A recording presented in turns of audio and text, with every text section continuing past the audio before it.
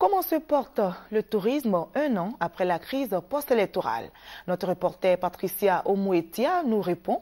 Le tourisme renaît. Abidjan offre des réceptifs hôteliers de classe internationale. On parle aujourd'hui de multiples offres du tourisme ivoirien sous-régional.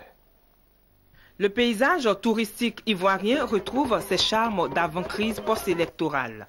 Pour cause, les réceptifs de bord de mer sont en phase de réhabilitation.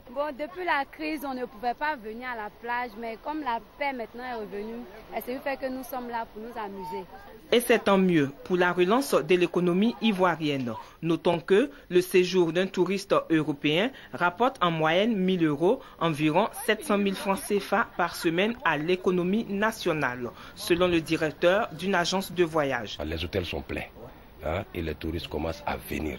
Quand j'appelle un hôtel pour demander, j'étais à Yamoussoukro la dernière fois, et je vous dis que je n'ai même pas eu de chambre pour l'hôtel à Yamoussoukro. C'est le cas de Yann qui vient pour la première fois en Côte d'Ivoire. Je vis que beaucoup commencent beaucoup à construire, beaucoup de mouvements.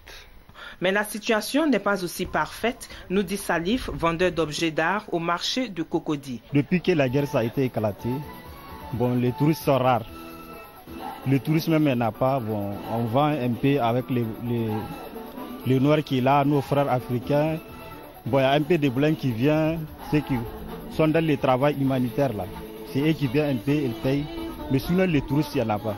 La Côte d'Ivoire est un condensé de tourisme africain. Le secteur regorge de potentialités. Le pays se situe dans le registre des destinations de rêve.